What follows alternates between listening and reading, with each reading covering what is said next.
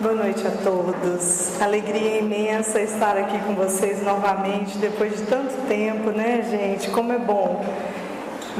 A gente já entra na casa sentindo a vibração e falando, ai, que bênção, que bom poder estar aqui. Com esse coral que está maior, às vezes que eu vinha não tinha tanta gente cantando e que coisa boa ouvi-los. Bom, a gente vai falar desse tema, a carne é fraca. Quando a gente fala desse tema, não é tão difícil da gente saber do que se trata, porque a gente adora usar essa desculpa quando a gente erra. Então a gente vem e fala, a carne é fraca. No livro Pão Nosso, Emmanuel nos dá a seguinte orientação: cada personalidade espiritual tem seu corpo fluídico, e ainda não percebestes porventura que a carne é um composto de fluidos condensados? Naturalmente, esses fluidos, em se reunindo, obedecerão aos imperativos da existência terrestre, no que designais por lei de hereditariedade. Mas a esse conjunto é passivo e não determina por si. Podemos figurá-lo como casa terrestre, dentro da qual o espírito é dirigente. Habitação essa que tomará as características boas ou más de seu possuidor. Então a gente está falando de carne. A carne ela é composta, como deixou muito claro aqui, de fluidos condensados. Eles se reúnem, e isso aqui que a gente tem, tudo que é carne, é isso. É uma reunião desses fluidos que são condensados. A gente vai falar um pouco também aqui de perispírito. E a gente sabe que cada planeta tem um fluido cósmico universal. O nome, para mim, sempre foi mais assim. Eu falei, como assim? Existe um fluido cósmico que é do universo inteiro. Mas cada planeta tem o seu fluido cósmico universal. Então, quando nós vamos reencarnar na Terra, nós vamos pegar o nosso perispírito, que é a roupinha do nosso espírito, ele é retirado do fluido cósmico universal de cada planeta, ok? É importante a gente entender isso aqui, porque eu gosto de falar, aqui, quem já assistiu o filme Ghost? Todo mundo? Tá, então na hora que o Sam morre, que ele sai, o que a gente visualiza naquele momento? Geralmente a gente fala, é o espírito, mas na verdade o que a gente está vendo dos nossos olhos é o perispírito, que é a roupinha do espírito, é a vestimenta daquele. Esse perispírito que tem uma espécie de matéria, como está no livro dos Espíritos, para a gente entender melhor, é uma matéria diferenciada. Mas para a gente não confundir, a gente pensa na Trindade Universal, Deus, Espírito e Matéria, e aí, ok, a gente põe o perispírito como uma matéria. Então, dentro de nós temos muita matéria. Nós temos essa matéria bruta e nós temos o perispírito, onde lá ficam registrados muitos acontecimentos da nossa existência. Flávia, apesar de tudo isso, quem dirige a nossa matéria? Está bem aqui, falou bem, está bem no finalzinho, dentro da qual o espírito é dirigente. Habitação essa que tomará as características boas ou más do seu possuidor. Então não tem essa de falar que a carne é fraca, que nós cedemos à tentação porque nós temos muito de matéria em nós e falou mais alto. Não, quem é fraco é o espírito. O espírito que não está tendo a força necessária para resistir às tentações. Mais adiante, no mesmo livro, Emmanuel fala: enquanto o nosso barco espiritual navega nas águas da inferioridade, não podemos aguardar isenção de ásperos conflitos interiores, mormente na esfera carnal, toda vez que empreendemos a melhoria da alma. utilizando os trabalhos e obstáculos do mundo, devemos esperar a multiplicação das dificuldades que se nos deparam em pleno caminho do conhecimento iluminativo. O que significa isso aqui, esse primeiro momento que eu falei? Nós somos espíritos ainda imperfeitos. Habitamos um mundo de provas e expiações que está caminhando para o mundo de regeneração. Então, a gente já não lembra do nosso passado com um propósito maravilhoso de Deus para nos ajudar.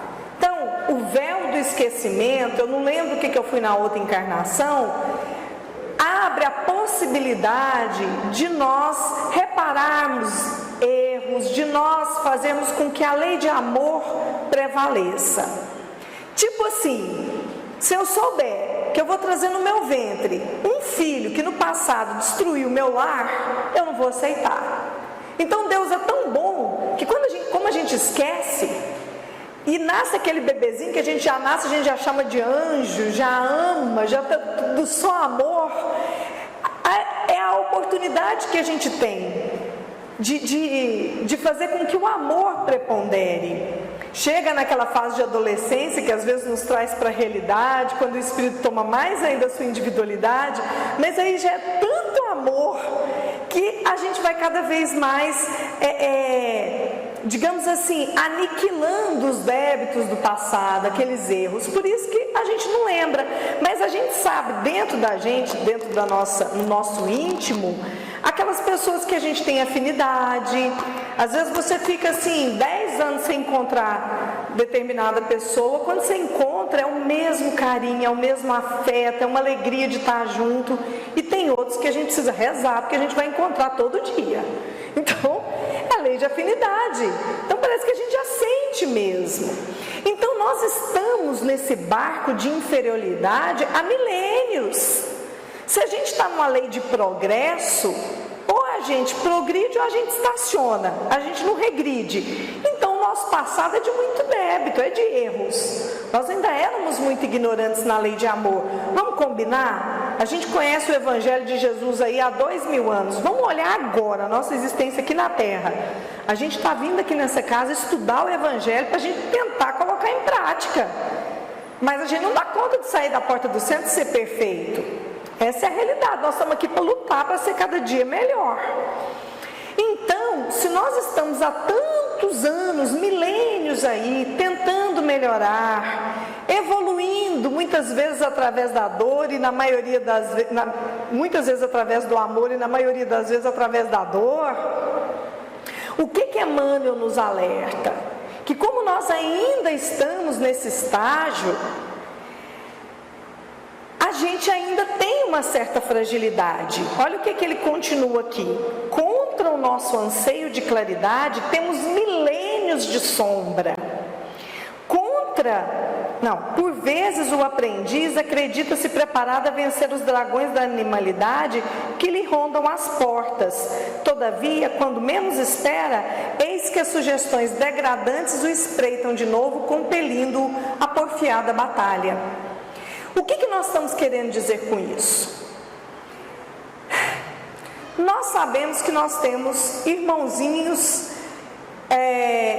espíritos que não gostam da gente, que já vêm do nosso passado e que eles querem muitas vezes nos ver errar. E quando eles veem que a gente está começando a seguir, a dar os passos para a nossa claridade, eles fazem de tudo para nos tentar, para impedir o nosso progresso interior. E aí está o orai e vigiai do Evangelho. Então, por exemplo, se nós sabemos que se nós formos em determinado lugar, naquele lugar nós vamos acabar, vamos supor que a pessoa é alcoólatra. A pessoa vai para dentro de um bar? Não pode, né? Vai ser fácil ela errar.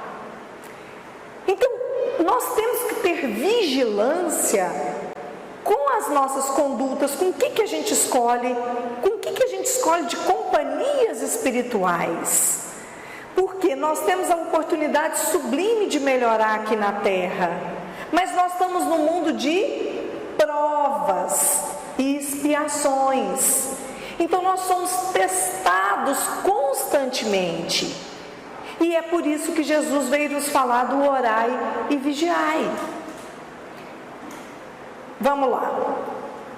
Eu fui lá em André Luiz, já que a gente está falando da carne fraca, então eu trouxe um pouquinho dos vícios, para a gente compreender melhor tudo isso e lutar contra aquilo que nos atrapalha a evolução. Então, lá no livro Domínios da Mediunidade, André Luiz relata como junto a fumantes e bebedores inveterados, criaturas desencarnadas sorviam as baforadas de fumo arremessadas ao ar, ainda aquecidas pelos pulmões que as expulsavam. Outras aspiravam o hálito de alcoólatras impenitentes. Então eu peguei até uma imagem que ali a gente vê que tem os nossos irmãozinhos encarnados que estão ali fazendo uso do álcool, do cigarro, mas a gente vê que tem uma infinidade de espíritos sugando aquelas baforadas. E é engraçado que a gente estava falando do filme Ghost. Tem um momento que um rapaz que fica no metrô e que a pessoa joga o cigarro, ele vai louco para assimilar as baforadas ali, aquela fumaça do cigarro, de tão ligada à matéria. Então, quando nós estamos em ambientes fazendo uso desse tipo de droga lícita, a gente pode ter certeza de que nós estamos com um monte de companhias espirituais que querem ver a nossa derrocada e nos instigam a consumir cada vez mais. E aí, como a gente está falando disso, não tem como deixar de falar do livro Nosso Lar, que eu acho que foi um choque de realidade para todo mundo, quem leu o livro, quem assistiu ao filme, onde André Luiz, ele ficou um tempo nas trevas, e lá nas trevas ele ficava ouvindo que ele era suicida. E ele falava, estão me confundindo, eu não suicidei, eu queria estar lá na terra encarnado com a minha esposa, com meus filhos.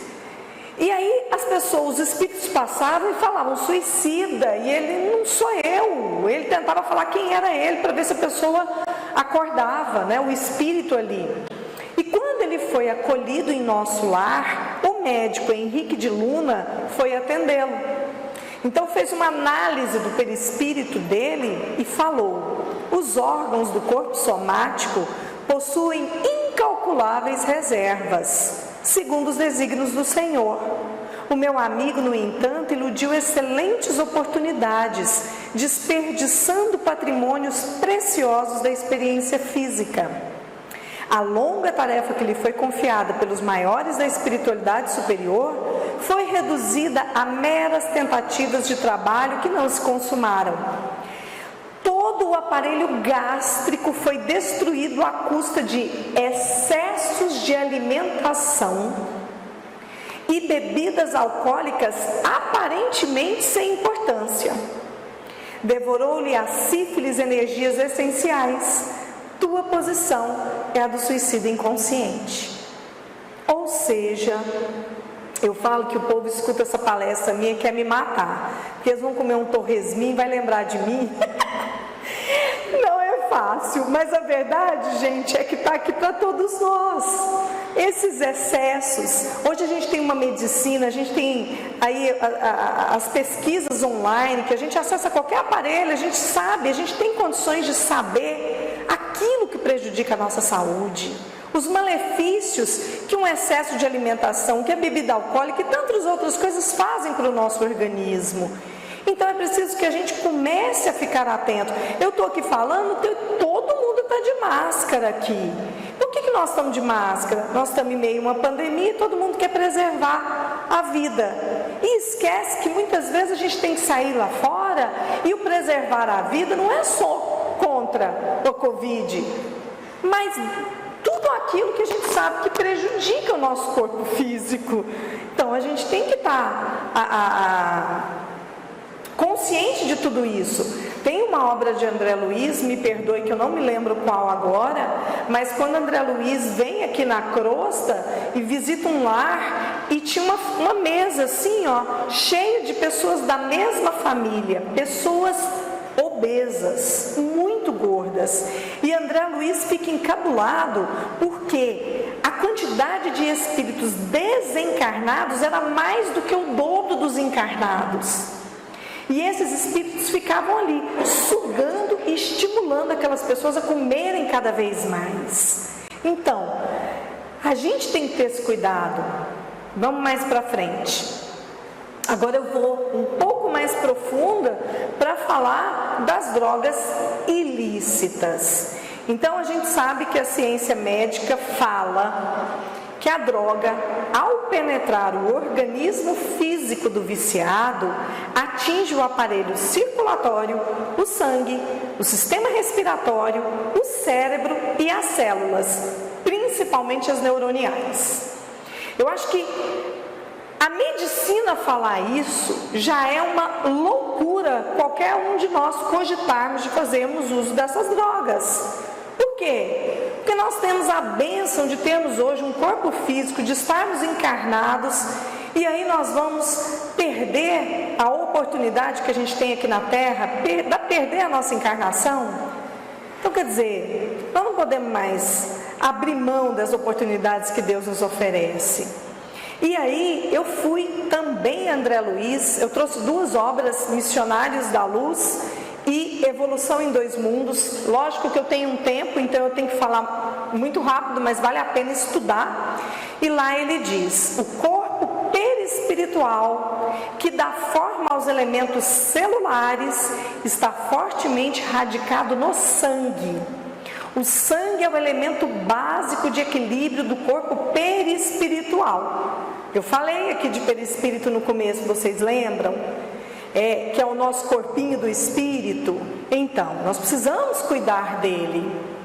Lá em Evolução em 2 Mundos, o mesmo autor espiritual revela-nos que os neurônios guardam relação íntima com o perispírito. Então, tudo que é ligado ao nosso corpo somático está intrinsecamente ligado ao nosso corpo psicossomático, ao nosso perispírito. Então, quando nós prejudicamos o nosso corpo físico, nós estamos trazendo sequela para o nosso perispírito. E aí, às vezes, a pessoa vem e reencarna com problemas de saúde, que a gente falava: gente, mas por que essa pessoa está com esse problema todo? Quando a gente vai ver, foram danos causados no seu corpo físico e perispiritual de outras encarnações. E agora a gente está aí. Às vezes, quando a gente não sabe explicar aqui, e lá no livro Evolução em 2 Mundos fala disso, a pessoa não sabe explicar o motivo porque ela está com determinada doença. Aí a gente pensa: mas ela sempre se cuidou, ela teve isso, ela teve... Porém, se ela é uma pessoa que, por exemplo, vibrou ódio, desejo de vingança, esse tipo de pensamento traz malefícios para o seu perispírito e que depois reflete no seu corpo físico. Ou seja, nós temos que estar vigilantes com os nossos pensamentos e com tudo que a gente faz, porque nós não estamos aqui na Terra como quem sai num barco preventurado. Nós temos débitos do passado. E quanto mais a gente estuda, mais a gente vê que a gente não pode pôr culpa em ninguém, a não ser em nós mesmos. Nós escolhemos as companhias espirituais que nós queremos ter conosco. Bom, eu quero fazer um resumo, isso aqui eu peguei dentro da doutrina, para a gente passar para a próxima fala nossa, tá? Então diz o seguinte: o corpo é um precioso recurso que Deus concede ao espírito reencarnante para a aquisição de novas experiências na Terra. Pela sua importância, o corpo deve ser preservado contra tudo que possa concorrer para o seu desgaste prematuro. Preservar o corpo, no entanto, não é partir para a atitude de autoadoração, mas portar-se com critério e responsabilidade, cuidando da saúde, do equilíbrio físico, do bem-estar orgânico, mental e espiritual. Eu vou fazer uma brechazinha aqui pequena, porque é importante a gente falar também de fluido vital. Fluido vital é o que nos dá vida. Muitas vezes a gente vem na casa espírita exatamente para a gente tomar o passe e trazer reequilíbrio desse fluido vital que nós recebemos. Mas, de outra parte, quando a gente, por exemplo, fica noites e noites, como dizem os jovens aí, na gandaia, na balada, gastando fluido vital, nós vamos envelhecendo também. Então é importante ter uma boa noite de sono. Tudo isso significa preservar o corpo, preservar a nossa existência. Quando bem dirigido, o corpo auxilia o espírito na aquisição de seu progresso. Se vilipendiado, é causa de fracasso em nossa jornada. Não devemos desprezar o corpo, seja ele perfeito ou não, pois em cada existência recebemos o veículo físico mais adequado ao nosso reajuste e evolução. O corpo é, acima de tudo, o templo vivo e abençoado do Espírito, e assim deve ser cuidado e, como tanto, respeitado. Então, vamos valorizar o nosso corpo físico. Vamos preocupar com o que a gente coloca dentro da boca. Flávia, mas eu morro de preguiça de fazer uma ginástica. O bom da doutrina espírita é que ela não impõe nada, mas ela esclarece. E ela está junto com a ciência. Se é importante fazer uma caminhada, se é importante você fazer uma musculação, eu escuto isso, né? Porque eu já estou caminhando para 50, aí fala que vai ter problema de osteoporose e tudo. Então, que a gente comece a repensar a forma como nós estamos vivendo hoje. Eu vou passar para outra parte, já que a gente está falando da carne é fraca. Falamos dos vícios aqui, mas eu quero falar agora de uma mensagem muito legal de Emmanuel, que está nesse livro Momentos de Ouro. Um tipo de auxílio raramente lembrado, o respeito que devemos uns aos outros na vida particular. Caro, presta atenção, gente, leiam comigo. Caro é o preço que pagamos pelas lesões afetivas que provocamos nos outros. Nas ocorrências da terra de hoje, quando se escreve, se fala tanto em torno de amor livre e de sexo liberado, muitos poucos são os companheiros encarnados que meditam nas consequências amargas dos votos não cumpridos. Não comeces um romance de carinho a dois quando não possas e nem queiras manter-lhe a continuidade. Ou seja, quando nós traímos alguém com quem a gente mantém uma relação afetiva, é engraçado isso, né? Que a gente fala assim, eu traí o outro. Na verdade, a gente trai a gente mesmo, os nossos princípios, os votos que nós fizemos. E Emmanuel, ele é muito claro ao falar para nós aqui, que essa lesão sentimental que a gente causa, ela tem consequências graves. A dor que você causa no outro, a lesão sentimental que você causa no outro, ela fica gravada no seu perispírito. Olha que interessante isso. Que a gente pense duas vezes. Se nós não temos interesse em manter um relacionamento afetivo, não inicie. Se nós temos um compromisso já com o marido, com a esposa, com o companheiro, respeite. Ainda mais hoje que nós temos aí a própria legislação na terra, porque antigamente você não podia nem divorciar, hoje tem tudo aí. Não significa que nós estamos banalizando o casamento, não, de forma alguma. Mas o que a gente tem que evitar, se a sua união é uma união que tem trazido dor, sofrimento, evite a traição, evite causar uma lesão sentimental. Porque se a gente faz isso, a gente se endivida. E não me venha com o papo de que a carne é fraca, porque não é. Não é. O que é fraco é o espírito que não honra o compromisso que assume com determinada pessoa. Então que a gente tenha isso em mente, que lá na frente a vida nos cobra e fica gravado no nosso perispírito qualquer lesão que a gente cause em alguém. Ok, lá no livro, na pergunta 872 do Livro dos Espíritos, Kardec fala o seguinte para a gente: de acordo com a doutrina espírita, não há sedução irresistível. O homem pode sempre fechar os ouvidos à voz oculta do obsessor que o induz ao mal em seu íntimo. Assim como pode fechá-lo quando alguém lhe fala. Pode fazer isso por sua vontade ao pedir a Deus a força necessária e rogando a assistência dos bons espíritos. É o que Jesus nos ensina na sublime prece do Pai Nosso. Não nos deixeis cair em tentação, mas livrai-nos do mal. O que eu posso falar disso aqui? A gente tem exemplos maravilhosos, como o próprio exemplo de Madalena, que é o maior exemplo de reforma íntima que a gente tem na história do Evangelho aqui. Isso está lá no livro Boa Nova, Humberto de Campos nos narra. É linda a história de Madalena, que morreu cuidando, com lepra, cuidando de leprosos e abraçando a Boa Nova. Mas eu já falei isso aqui algumas vezes, e eu sou grata a Deus porque eu tive esse exemplo muito forte na minha família. E eu quero passar para vocês, porque como aconteceu comigo aqui, é algo, e eu sei que cada um de vocês vai ter exemplos assim de pessoas próximas, mas para que nos serve de estímulo, porque nos mostra exatamente o que Kardec fala aqui, não há sedução irresistível. A minha avó, ela começou a fumar, ela tinha 14 anos de idade. Naquela época as pessoas começavam a fumar muito novas. E quando ela estava, se eu não me engano, com 65 anos de idade, ela foi num centro espírita e ouviu uma palestra onde, nessa palestra, houve um experimento científico. Era um médico que deu a palestra, então ele levou uma seringa e nessa seringa tinha a nicotina de um cigarro que foi introjetado num rato.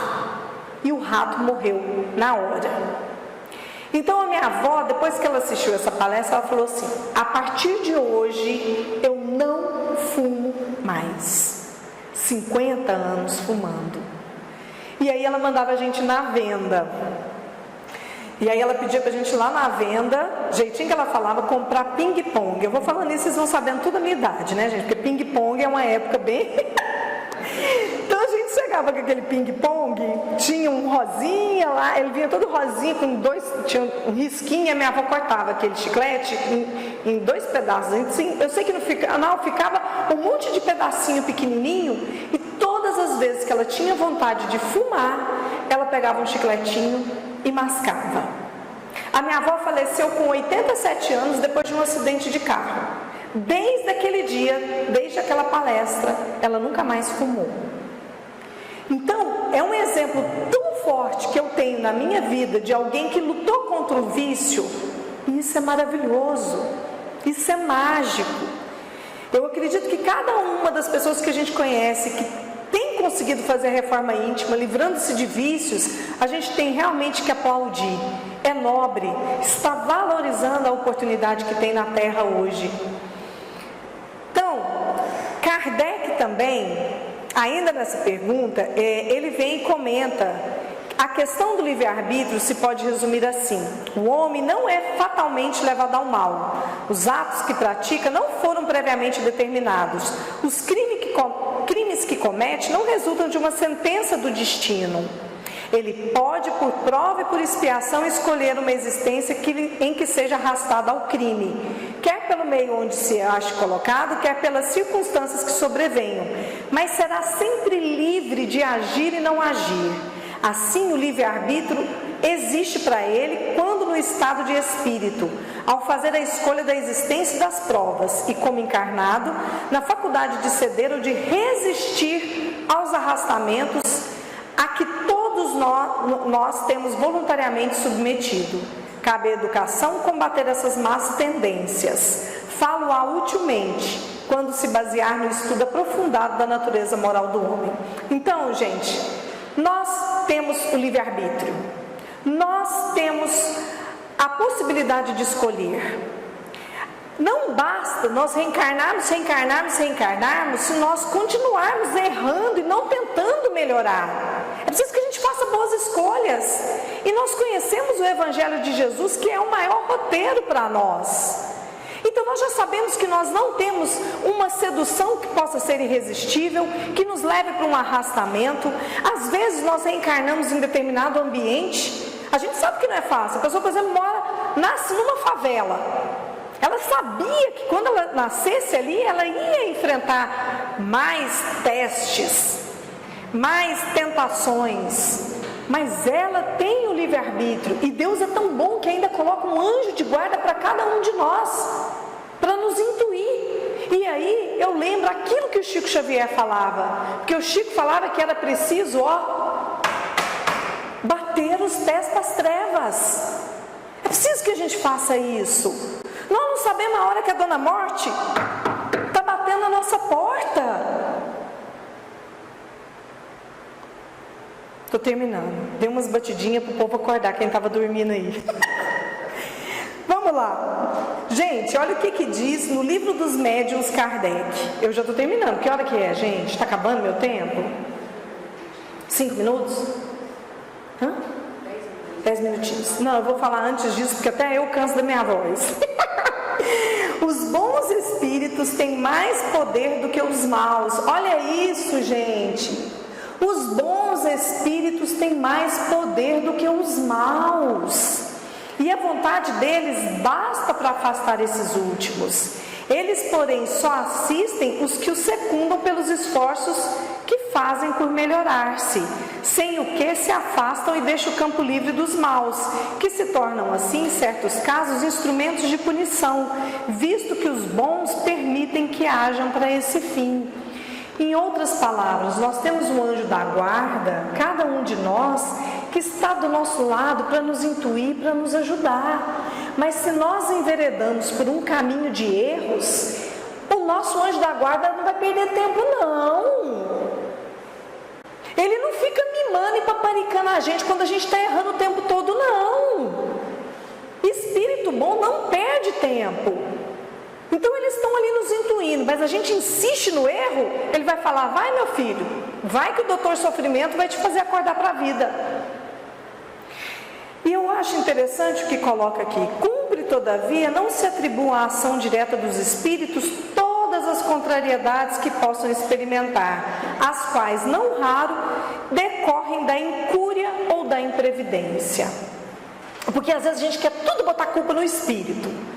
Fiz uma coisa errada, foi um encosto, foi um espírito que me fez. Opa! Eu não falei que nós atraímos as companhias espirituais que a gente quer?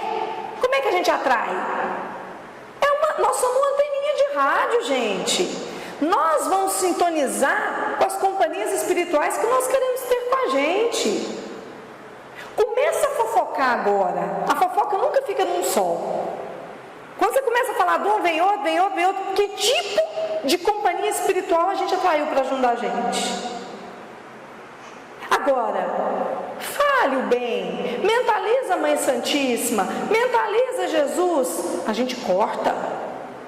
A gente atrai para a gente espíritos que estão também nesse mesmo padrão vibratório. Então, cabe a nós. Quando eu peguei essa passagem no livro dos médiuns, lá dá um exemplo de um rapaz que ele nunca cuidou do negócio lá da fazenda. E aí, quando chegou a época da colheita, como é que é o nome daquele negócio que guarda o material? Isso, silo, né? Silos. O silo que ele nunca cuidou, despecou lá e virou um negócio. Ele perdeu uma grande parte da safra. Aí ele quis pôr culpa nos espíritos. Ué, mas se ele não cuidou, se ele não fez a parte dele, quer pôr culpa em espírito? Então, às vezes a gente sabe. Eu já dei palestra e todo mundo sabe da importância de trazer o evangelho para dentro de casa. Como é que a gente quer resguardar o nosso lar? A gente tem feito? Porque vamos combinar, mesmo fazendo evangelho, tem hora que a gente erra. O padrão tem hora que dá uma desequilibrada. Imagina quando a gente descuida do nosso ambiente doméstico. Então é preciso que a gente tenha essa consciência. Porque depois a gente cai em tentação e quer pôr culpa nos outros. Estou terminando, mas antes de chegar no nosso último slide, é importante falar daquilo que realmente nos ajuda, que é a prece. Então, na pergunta 479 do Livro dos Espíritos, eles nos orientam que a prece em tudo é um poderoso auxílio, mas crede que não basta que alguém murmure algumas palavras para que obtenhas o que deseja. Deus assiste os que obram, não os que se limitam a pedir.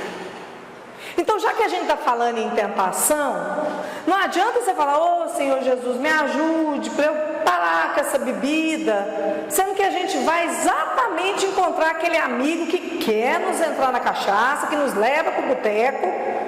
Não adianta só falar, não. Nós temos que fazer a nossa parte. É, pois, indispensável que o obsidiado faça por sua parte o que se torne necessário para destruir em si mesmo a causa da atração dos maus espíritos. Então é preciso que a gente ore, que a gente esteja em sintonia com a espiritualidade, que a gente busque essa proteção do alto, mas a gente também tem que fazer a nossa parte. A gente tem que saber colocar o nosso livre-arbítrio, as escolhas que a gente quer. E eu tenho certeza que cada um que entra nessa casa de oração aqui, entra e sai com o propósito de ser melhor. E tem que ser assim. Mas é importante que a gente resista aos males que muitas vezes querem ali nos pegar para a gente sair do prumo, vamos dizer assim. Eu vou finalizar com essa frase de Emmanuel do livro Encontro Marcado, que diz o seguinte: o homem é livre até mesmo para receber ou recusar a existência, mas recolherá invariavelmente os bens ou os males que decorram da sua atitude perante as concessões da bondade divina. Todos somos livres para desejar, escolher, fazer e obter, mas todos somos também constrangidos a entrar nos resultados de nossas próprias obras. Que Jesus ampare a cada um.